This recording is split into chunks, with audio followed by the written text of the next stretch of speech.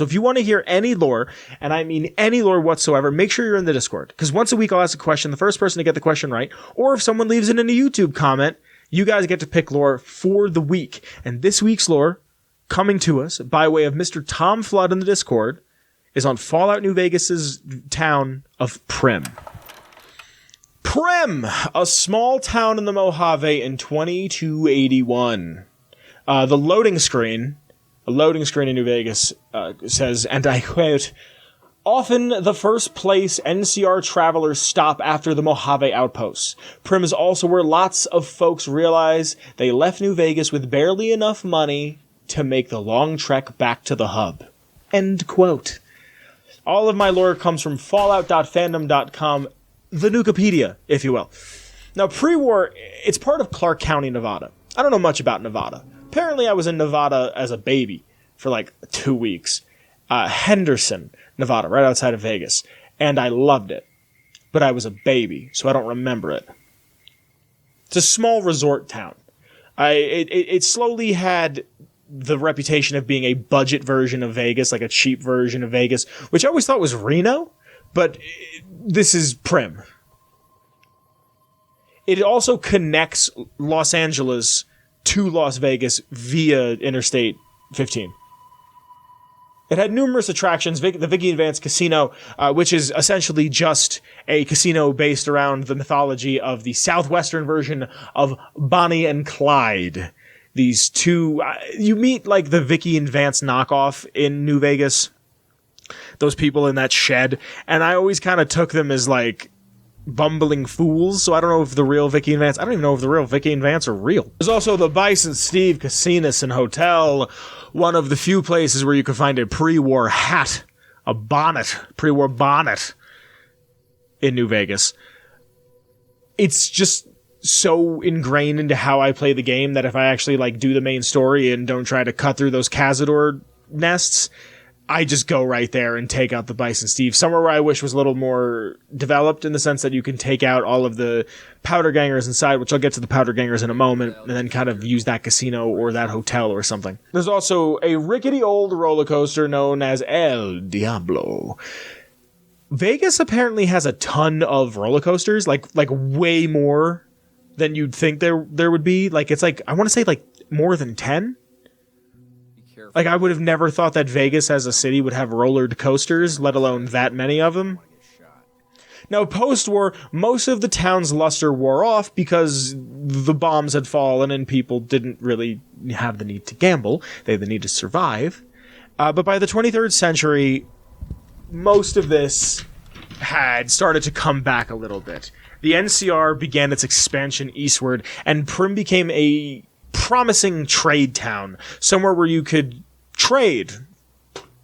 Redundant, I know, but it's somewhere that they could have set up shop. It could have been a huge asset to the NCR. There could have been a post that's there, just something else that goes from one station to another. And, you know, land is always a good thing to have when you're an empire. And it was promising as a trade town, not just for the NCR military, not just for the NCR as a whole, but also just civilians, just normal people. You can get a casino up and running. Hey, you know, I have 200 caps. Take that 200, turn it into 4. These are Vegas dreams. Turn it into 4, go to New Vegas. Then you can go gamble. You can really strike it rich in New Vegas. Now, Fallout New Vegas, I didn't know this until I did the research. Again, all of my lore comes from fallout.fandom.com. And like I said, I didn't know this until I started doing this. New Vegas starts on October 11th of 2281. I knew 2281, I didn't know October 11th. But in September of 2281, the NCRCF outbreak occurs. I talked about the NCRCF a little while ago, and they had the outbreak. Everybody runs out of the NCRCF. They do a total takeover, and the NCR is defeated by fools with shitty guns and dynamite that they stole. And the newly founded powder gangers rush into the town, killing the sheriff and his wife in their sleep and taking hold of the town. So now these toddlers are now in charge. These second graders, I keep trying to give them a little bit of credit. These fourth graders, let's put them there. These fourth graders are now taking like pre-college class. They're taking like pretty much senior high school classes, and they're running a town. And any of the residents that already lived in the town took refuge in the Vicky and Vance Casino. That's where you can find my boy Primm, Slim.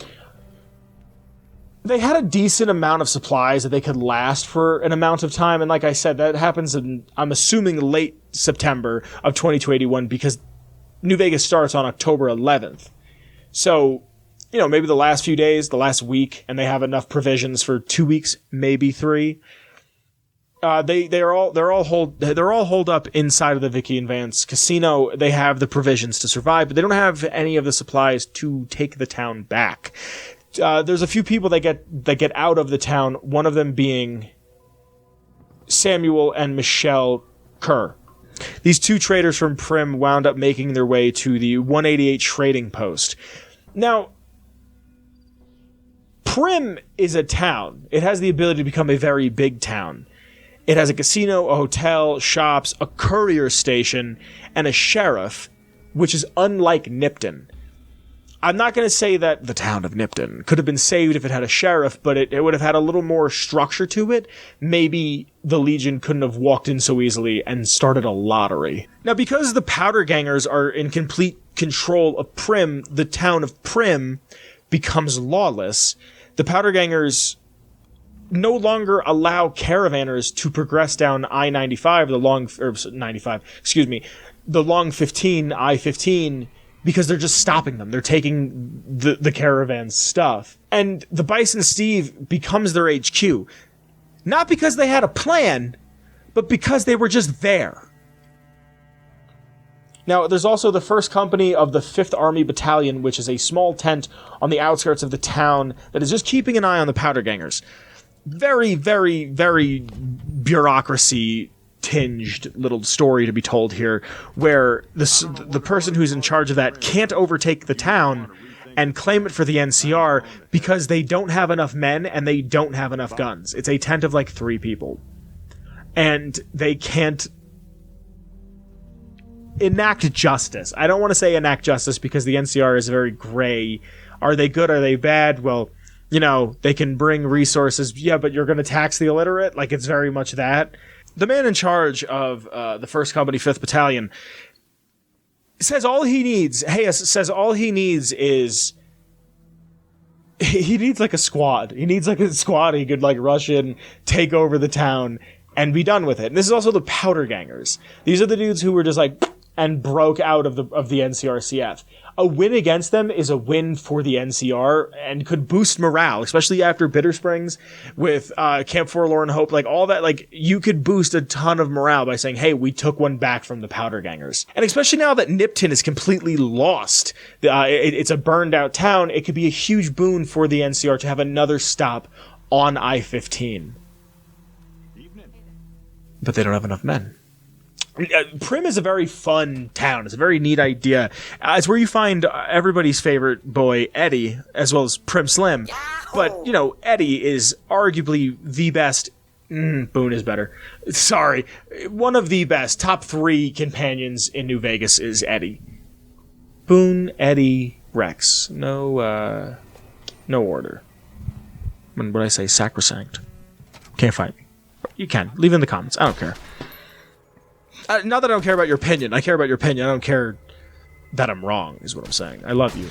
I don't really have any notes. It only ever is mentioned in New Vegas. The rep for Primm was completely taken out of the game. On screen, most likely, is the little rep for Primm symbol.